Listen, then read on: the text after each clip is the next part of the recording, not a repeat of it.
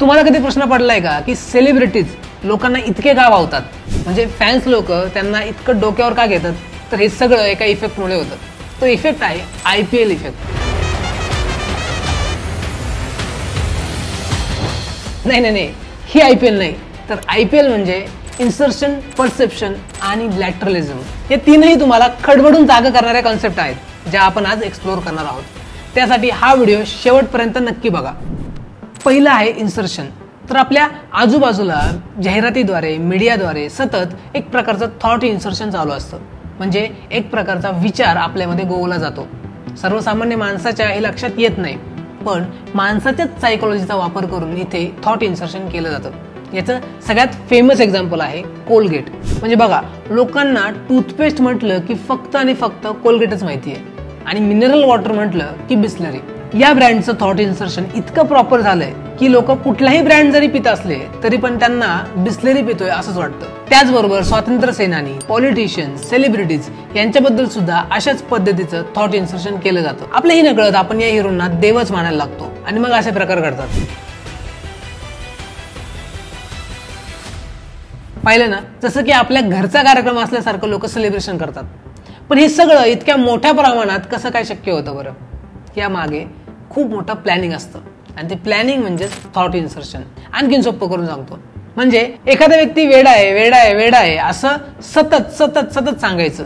मग भलेही त्याने एखादा निर्णय चांगला घेतला तर सुद्धा त्याला लोक वेडाच म्हणतात. आणि एखादा व्यक्ती फेकतोय हे सतत सांगितलं जातं. त्यामुळे कधी कधी तो खरंही बोलला असेल यावर आपला विश्वासच बसत नाही. कधी एखाद्या व्यक्तीला इतकं डोक्यावर घ्यायचं की त्याच्या चुका सुद्धा ग्लोरिफाय करून दाखवायच्या. ते ग्लोरिफिकेशन इतकं खरं वाटायला लागतं की एका पॉईंट नंतर आपल्याला काय चूक आहे आणि काय बरोबर याबद्दल कन्फ्युजन तयार होतं. तर एखादी गोष्ट, एखादी व्यक्ती किंवा एखादी विचारधारा हीच किती भारी आहे आणि हीच सर्वस्वी योग्य आहे अशी एक इमेज ऍडव्हर्टायझिंग करून बनवली जाते, आणि ती रिपीट आपल्यापर्यंत पोहोचवली जाते, आणि यालाच म्हणतात थॉट इन्सर्शन. आणि आता यानंतर येतं परसेप्शन. म्हणजे एखादा क्रिकेटर 0वर आउट होऊ शकतो यावर लोकांचा विश्वासच बसत नाही.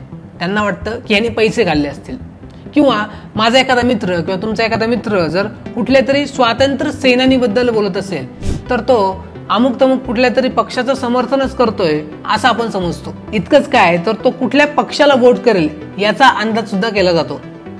हे सगळं परसेप्शनमुळे होतं.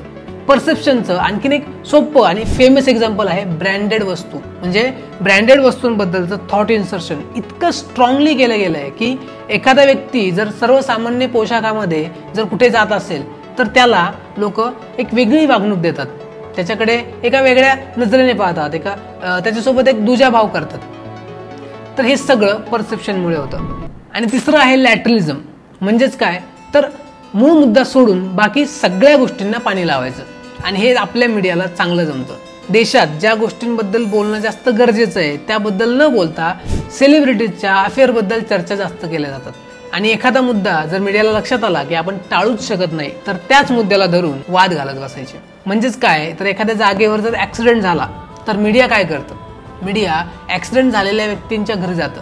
नो डाऊट, ऑब्व्हियसली माणुसकीच्या नात्याने ऍक्सिडेंट झालेल्या व्यक्तीला आपण विचारलंच पाहिजे की त्याला कुठे लागलंय का, त्याला फायनान्शियल मदतीची गरज आहे का.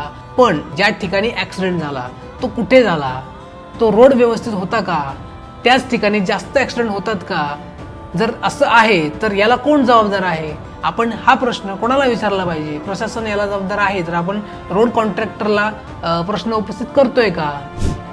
ह्या सगळ्या मुद्द्यांकडे सुद्धा लक्ष देणं गरजेचं आहे. पण मीडिया हे करत नाही. मीडिया काय करतं, तर तुम्हाला लागलंय तर तुमचं दुखतंय का, अरे ऍक्सिडेंट झालाय, लागलंय म्हणल्यावर दुखणारच ना. ओके, तर आता कन्क्लुजनवर येऊ. थोडक्यात काय, तर इन्सर्शन, परसेप्शन आणि लॅटरलिझम या तीनही गोष्टींमध्ये सर्वसामान्य माणूस रोजच्या रोज अडकत असतो. त्यामुळे तुमच्यावर, तुमच्या फॅमिलीवर, तुमच्या समाजावर कोणत्या पद्धतीचं थॉट इन्सर्शन केलं जातंय याकडे लक्ष द्या. आणि जर थॉट इन्सर्शन होणारच असेल तर चांगल्या गोष्टींचं होऊ द्या ना. जगात पॉझिटिव्ह गोष्टींना कमी नाही. त्यासाठीच आम्ही द वर्ल्ड इज गुड या आमच्या चॅनलतर्फे चांगला पॉझिटिव्ह कंटेंट, जगामध्ये घडणाऱ्या काही चांगल्या गोष्टी, जगात असणाऱ्या अद्भुत, निसर्गातल्या अद्भुत गोष्टी तुमच्यासाठी घेऊन येत असतो. त्यासाठी आमच्या चॅनलला सबस्क्राईब करा. आणि तुमच्या आसपास आत्तापर्यंत कोणत्या गोष्टींचं खूप स्ट्रॉंगली थॉट इन्सर्शन झालंय हे आम्हाला कमेंट करून नक्की सांगा. भेटूयात पुढच्या व्हिडिओमध्ये.